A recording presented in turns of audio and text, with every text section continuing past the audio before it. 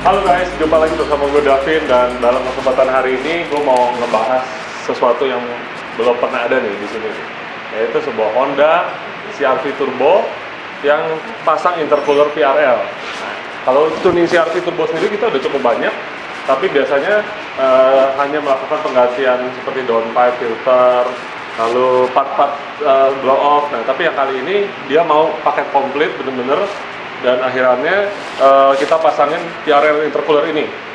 Nah, PRL intercooler ini sendiri sebenarnya bukan buat mobil CR-V Turbo, tapi buat mobil Civic Turbo.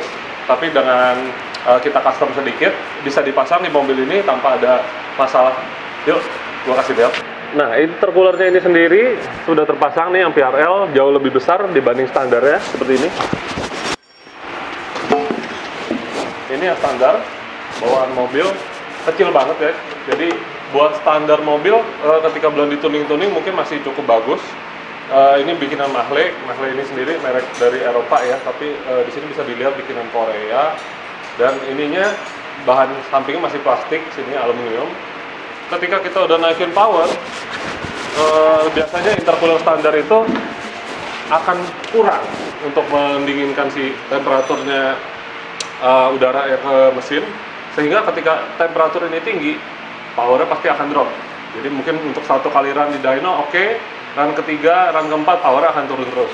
Nah, itu artinya kita ada masalah dengan pendinginan udara. Makanya kita ganti dengan intercooler yang race ini. Dan di sini bisa dilihat nih di belakang cover ini bahannya dari CNC aluminium. Jadi benar-benar dari billet aluminium gitu dipotong pakai mesin CNC ya di ini. PRL sendiri dari Amerika, dan kita adalah salah satu dealer untuk Indonesianya di sini. Nah, lalu didapatkan juga inlet dan outlet intercooler yang lebih besar, sama bahannya juga dari CNC, dan dia masuk ke pipa charge pipe, dan discharge pipe-nya itu dari aluminium.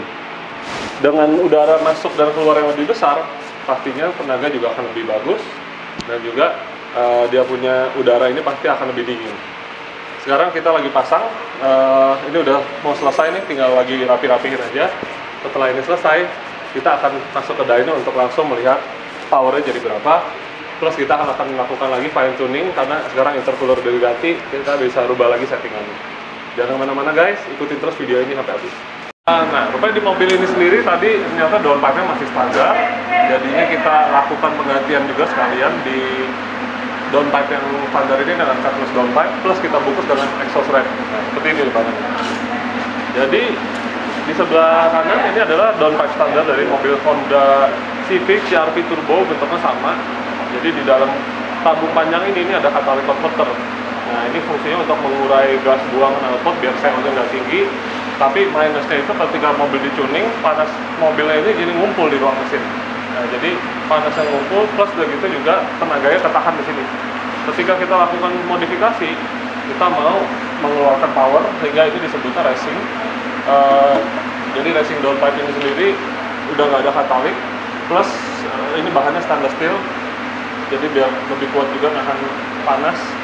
Kita bungkus dengan pembungkus DEI exhaust wrap ini. Jadi tujuannya biar panasnya itu nggak nyebar ke ruang mesin yang lain. Setelah ini dilakukan penggantian, sekarang intercooler juga bisa dilihat udah kepasang dengan bagus. Di sini intercoolernya udah paten nih, dudukannya juga udah mantap semuanya. Kabel-kabel tadi udah dirapihin, habis ini tinggal pasang bumper, dan berikutnya kita mau lakukan dyno.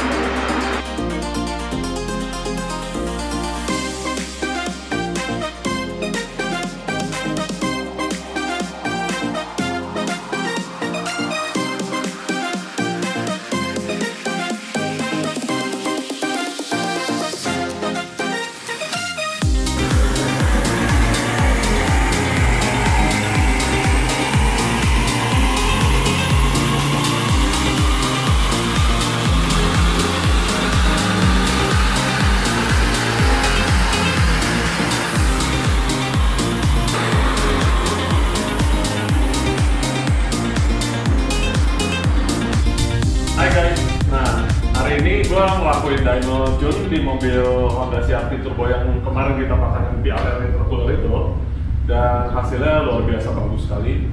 Jadi gue mau kasih lihat beberapa data nih.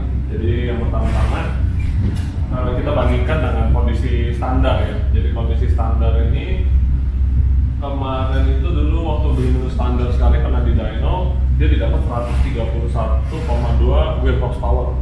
Dan ini berarti powernya itu sekitar 190 horsepower sesuai dengan yang diklaim oleh pabrikan Honda ya.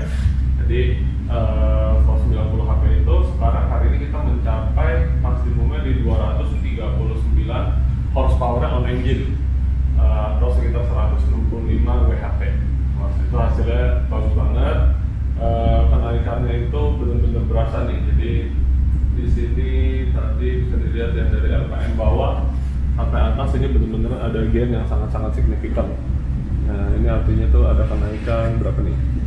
50 ya, 50 horsepower on engine itu buat mobil CR-V yang zaman dulu untuk mencapai power segini itu mustahil. Tapi dengan CR-V turbo kita modif sedikit, pasang barang-barang bolt-on dan tuning, hasilnya bisa dapat seperti ini. Gue mau bandingin juga nih sebelumnya kita tuh ada sempat tes kemarin itu waktu intercooler masih standar ya. Jadi ketika intercooler masih standar didapat power segini di sini. Ini dibandingin tadi 131 WHP, waktu udah kita tuning tanpa intercooler diganti itu udah dapat sebenarnya 147,1 wheel horsepower atau sekitar 213 HP. Nah, hanya dengan dipasangin intercoolernya aja tanpa merubah settingan dia udah naik sendiri, powernya ini menjadi garis yang merah. Dan di merah ini kan artinya udah ada kenaikan ya power, dan ini torsinya. Torsinya nih dari bawah sampai atas yang merah ini, jadi dia udah ada naik ya.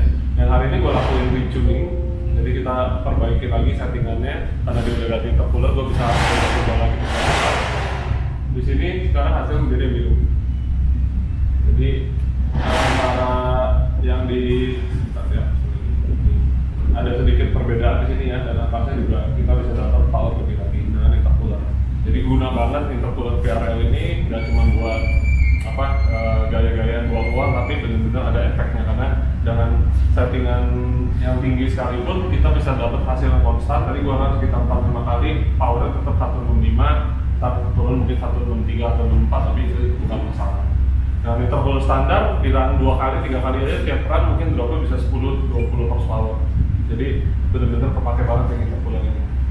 Dan yang pastinya setelah udah dilakukan modifikasi yang kayak begini, mobilnya ini benar-benar jadi mobil yang nggak berasa lagi deh mobil CR-V turbo yang terkenal banget lemot tuh di RPM bawah, benar-benar jadi kayak mobil sedan sport car.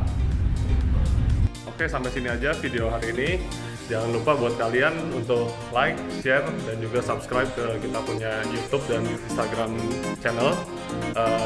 Jangan lupa juga buat drop komen apabila ada pertanyaan, juga bisa langsung hubungin kami. Nomor kita ada di profile kita kok. Oke guys, sampai ketemu di video berikutnya. Kalau gitu, see you guys.